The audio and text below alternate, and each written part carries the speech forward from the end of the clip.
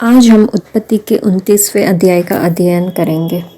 फिर याकूब ने अपना मार्ग लिया और पूर्वियों के देश में आया, और उसने दृष्टि करके क्या देखा कि मैदान में एक कुआं है और उसके पास भेड़ बकरियों के 3 झुंड बैठे हुए हैं, क्योंकि जो पत्थर उस कुएं के मुंह पर धरा रहता था, जिसमें से झुंडों को जल पिलाया जाता था, वह भारी था।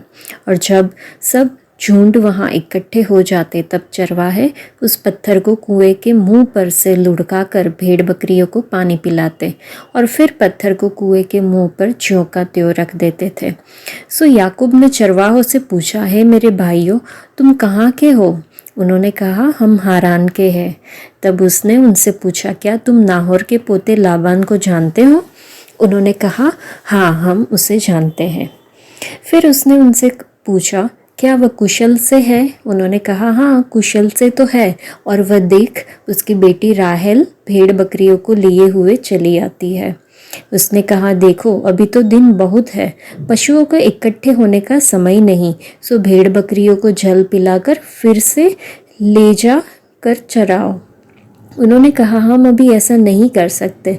जब सब झुंड इकट्ठे होते हैं, तब पत्थर कुएं के मुंह से लुढ़काया जाता है, और तब हम भेड़ बकरियों को पानी पिलाते हैं। उनकी यह बातचीत हो रही थी कि राहेल, जो पशु चराया करती थी, सो अपने पिता की भेड़ बकरियों को लिए हुए आ गई।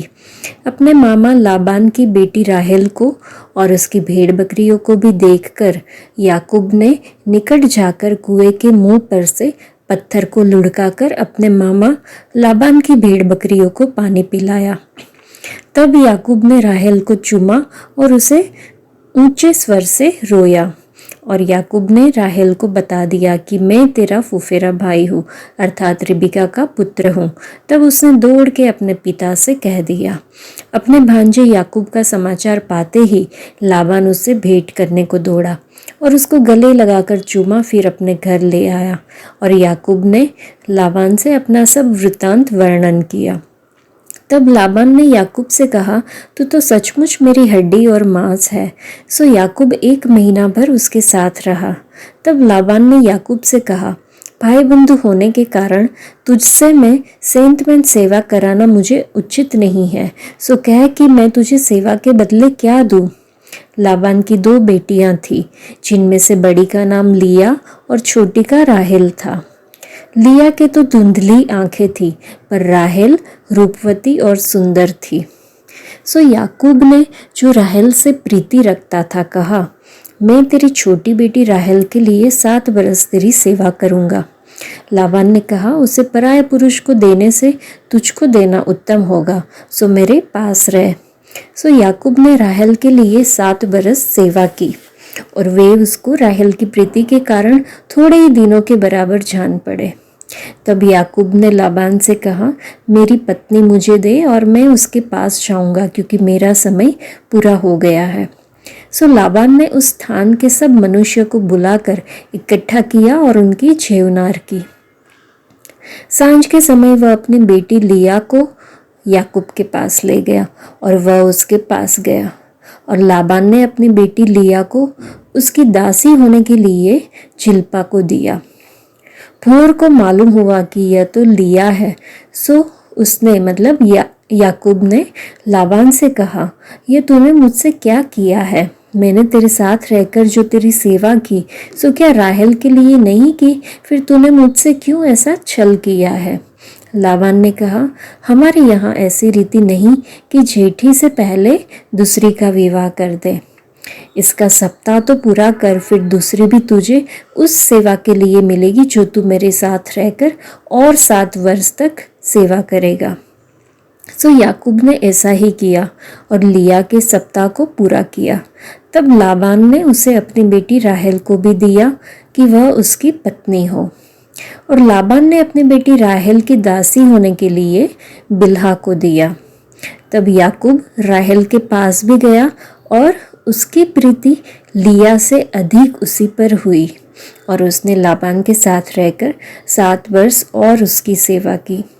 जब यहोवा ने देखा कि लिया अप्रिय हुई है, तब उसने उसकी कोख खोली, पर राहेल बांझ रही।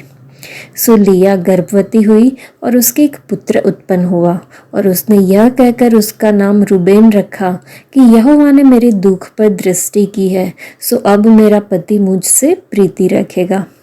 फिर वह गर्भवती हुई और उसके एक पुत्र उत्पन्न हुआ और उसने यह कहा कि यह सुन के कि मैं अप्रिय हूँ, यहोवा ने मुझे यह भी पुत्र दिया, इसलिए उसने उसका नाम शिमोन रखा। फिर वह गर्भवती हुई और उसके एक पुत्र उत्पन्न हुआ और उसने कहा, अब की बार तो मेरा पति मुझसे मिल जाएगा, क्योंकि उससे मेरे 3 पुत्र उत्पन्न हुए, इसलिए उसका नाम लेवी रखा गया। और फिर वह गर्भवती हुई और उससे एक और पुत्र उत्पन्न हुआ और उसने कहा, अब की बार तो मैं यहोवा का धन्यवाद करूंगी, इसलिए उसने उसका नाम यहूदा रखा। तब उसकी कोख बंद हो गई। तो इस अध्याय में 29वें अध्याय में हमने देखा कि शादी के जो रीति रिवाज है कुछ अजीब से ही हमें लगे। वो हमें थोड़े अनुचित और आधुनिक आदर्शों के थोड़े विरुद्ध में प्रतीत होते हैं, लेकिन यह अध्याय से हमें पता चलता है कि संस्कृतियाँ और रीति रिवाज पूरे इतिहास में व्यापक रूप से बदलते हैं। हमने देखा कि एक धोखा हो रहा है याकूब के साथ। याकूब खुद धोखाधड़ी का शिकार हुआ था। उसने राहेल और लिया के लिए लाबान की सेवा की। लाबान ने याकूब को धोखा दिया और उससे 14 वर्ष तक काम करवाया। लाबान की चालाकी की वजह से आखिरकार उसने न केवल अपने दामाद को लेकिन अपनी बेटियों को भी खोकर एक कठिन सबक सीखा। याकूब और लाबान की कहानी हमें स्पष्ट रूप से दिखाती है कि हम जो बोते हैं वही काटते हैं। कटाई और बुआई अनिवार्य रूप से हमारे आशीर्वाद और परिणाम के बारे में है। दुष्ट मनुष्य कपट की मजदूरी कमाता है, परंतु धर्म से बोता है वो निश्चय प्रतिफल पाता है। इसलिए बेहतर है कि हम आत्मा के लिए बीज बोए और उन अनेक आशीषों के साथ परमेश्वर की भलाई का लाभ उठाए जो परमेश्वर ने हमारे लिए रखी है।